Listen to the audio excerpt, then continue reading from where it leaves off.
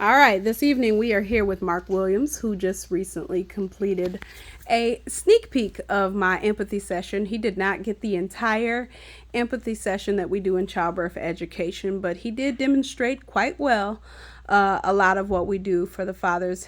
In the empathy session, we want them to gain the experience of some of the ups and downs and ins and outs of those earlier periods of labor and then labor and delivery. Talk to us about how you felt, Mark. I can see how the contraction aspect of things basically affect the way that I walk, the Mm-hmm. way that I had to pace myself. And sometimes you had to pause to get a break so that you can basically recollect yourself. So that's one thing. Did you feel like those lighter contractions, the ones that were you were having in the very beginning, helped you build up a tolerance to the bigger ones? No, I would say like initially, like those I got more tolerable, but when I got to the higher point, it was just like, oh, I never experienced anything like that. So it's just like, I don't know what to do. I need help. All So right. So when you reached the point where you were like, I need help, what did you hear me say to you that helped make a difference? breathe.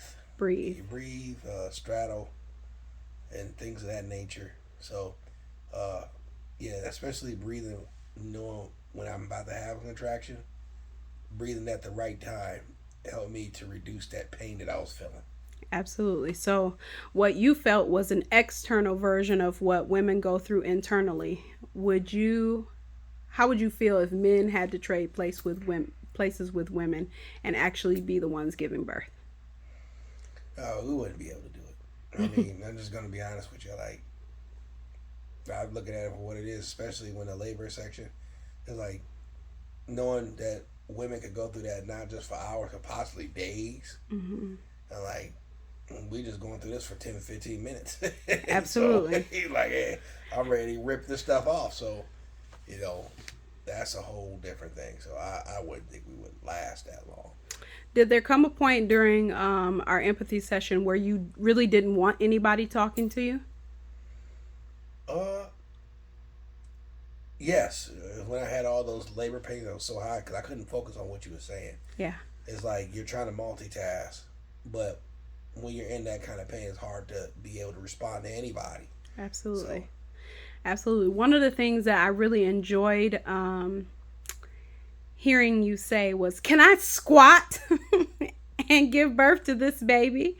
What made you want to get up off of the bed and squat?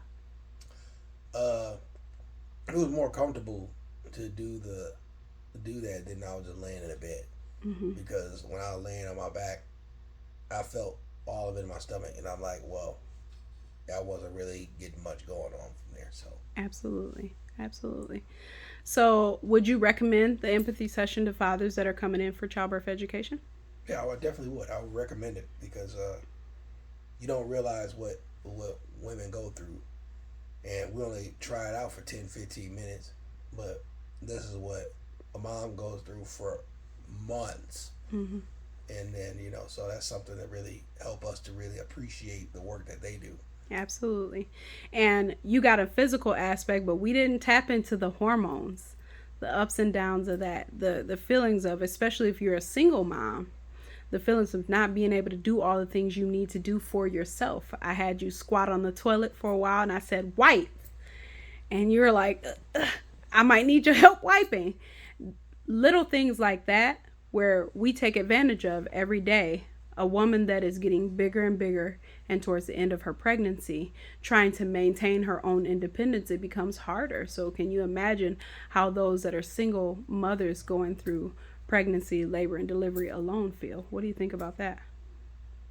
Yeah, that's stuff that we just don't really take consideration of. We just like, well, that's as a guy, not speaking for all of them, but I know for a majority of them I talk to, they just think, oh, this is what you're supposed to do.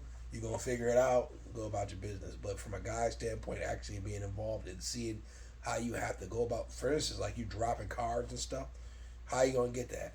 Yeah, yeah. So you rather just have somebody. If you got another kid, be like, hey, you go get that. I'm not gonna get that. I'm not Yeah, gonna get that. absolutely. So it makes sense. And it's those type of small details as guys we don't really pay attention to, or Mm-hmm. we forget because we're not in that situation. We never have been. Absolutely. One thing that, what was something that you found kind of comical?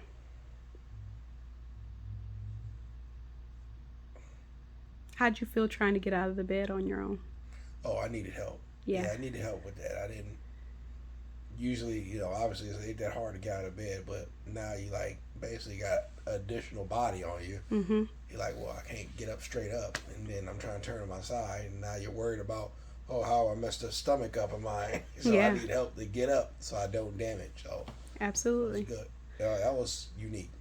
If you had a one fear, what would, if you had to be a pregnant person and you had one fear, what do you think it would be? Falling, Falling. Absolutely. Once you're in labor and delivery, if you had one fear. labor and delivery, C-section. C-section. I'd rather just push that thing out. I don't want nobody be cutting on me. Absolutely. What about the fact that um, some women, especially black and brown women, die during childbirth? Is that something that you as a man have ever thought about? I mean, I didn't start thinking about it until I started working in this area Mm-hmm. and getting to learn more about it. It's now you're starting to see more of it on with celebrities. Mm-hmm. Like we just heard recently about that The runner. the runner that Mm-hmm. lost her life. She was in her 30s, Mm-hmm.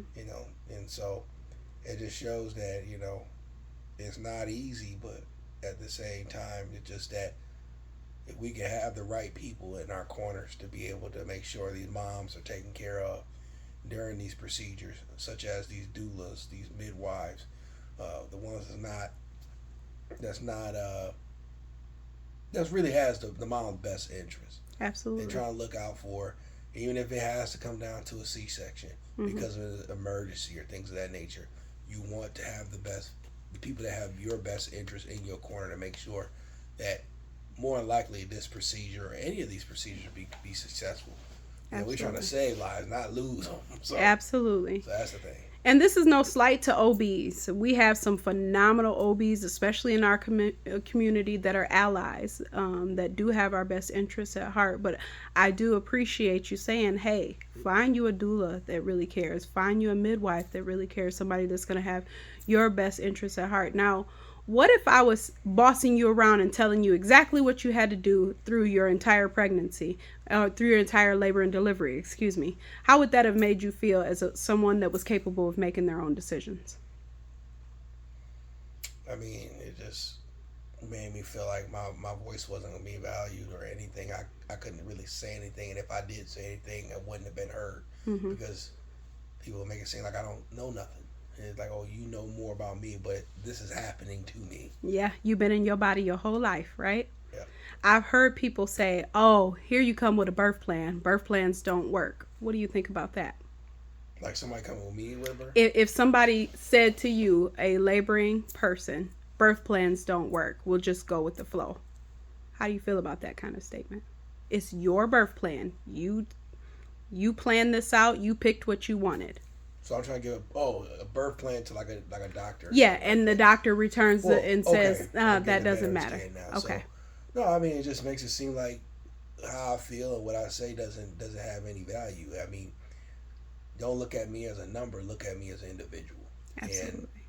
And one way one person does it could be something completely different.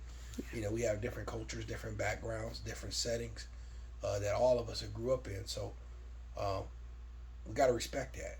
And if we don't respect that, how are you expecting moms to be opening up to talk to you and be able to say things that they really need to say? And if they do say it, are they really going to say that we're going to honor what they say? Absolutely. If you had one thing to say to families and fathers, what would you say right now?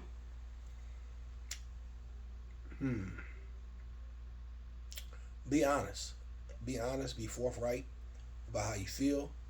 Um, Not only that, get people in your corner that genuinely are interested in you and your well being.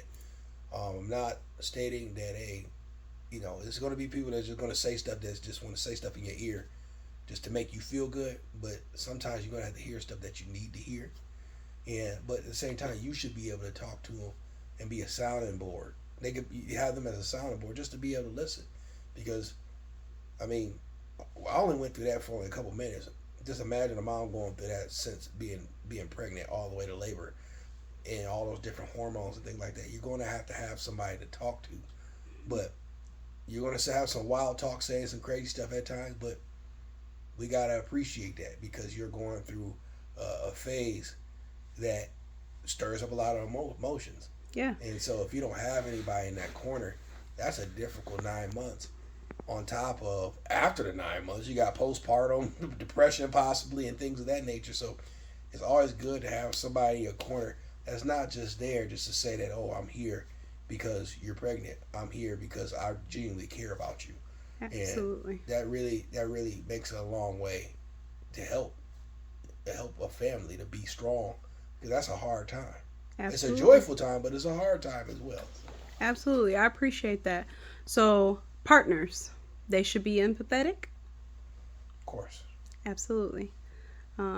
We know that there's no way for a man to physically trade spaces with a woman.